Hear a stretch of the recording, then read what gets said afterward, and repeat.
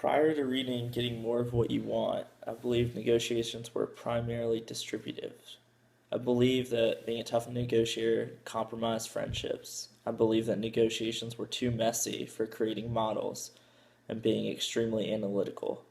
I thought that strategy during the negotiation was more important than preparation. However, the old saying, by failing to prepare, you are preparing to fail, holds true for negotiations.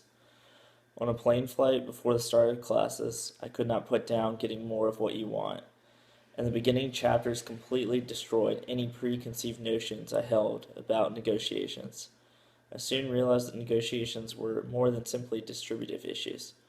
Congruent and integrative issues must be recognized in order to be successful in any negotiation. I realized that creating models is paramount to success for me. Without being able to assign points or monetary values on any issues, I can't even determine a BATNA, nor understand which trade-offs would be beneficial to me. The book goes on even further and forces one to consider the other party, which I found intriguing. Two of the best exercises in this course highlighting my development were the outside negotiations at the beginning in class and the Cougar Charlotte Cubs exercise. First, in the outside assignment, I negotiated with the Honda dealership for a new hybrid battery for my car. I set out to follow the steps in the book and create a model with my interests in preparation, which included price, installation costs, labor warranty, new versus refurbished battery, and the hybrid battery warranty itself. I attributed points to each. I found that my BATNA was buying a battery from an outside source and shipping it to a mechanic shop in Charlottesville. From there, I could begin negotiating with the dealership for a battery. I first tried to get their interest, see how many batteries they're selling, and try to understand if they had any leeway in price. I was able to get them down to $2,500 from $3,800 and get a 3-year warranty, but it still had a significantly lower point value than my BATNA.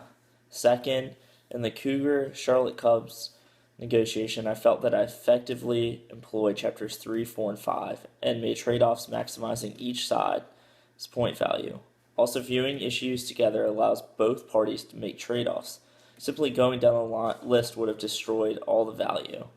After this class, I came away believing that negotiations really creates value for both groups and maximizes economic utility. Overall, as I continue to negotiate, I need to force myself to sit down and prepare rather than jump in. I have a tendency to overlook my opponent's interests during negotiations and sometimes lack listening skills. I will still need to be able to employ strategies for determining my opponent's interests. One tactic that I found particularly useful is placing multiple equivalent simultaneous offers, or MESOs. I think this strategy can help me to accurately determine my opponent's interests.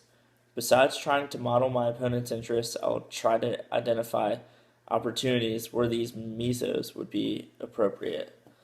Second, I think that taking a step back with the Ballard House, I should have rejected the deal and adhered to my party's interests. Going forward, I will never make a deals that are lower than my BATNA, and understand then circumstances which issues I've identified in preparation as being the most important.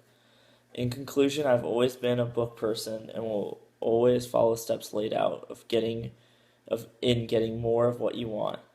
I have made many strides in negotiations. In the future, I will have some important negotiations such as a salary and hopefully being able to negotiate on behalf of a physician's group or my practice. These groups have been notoriously incompetent at negotiations.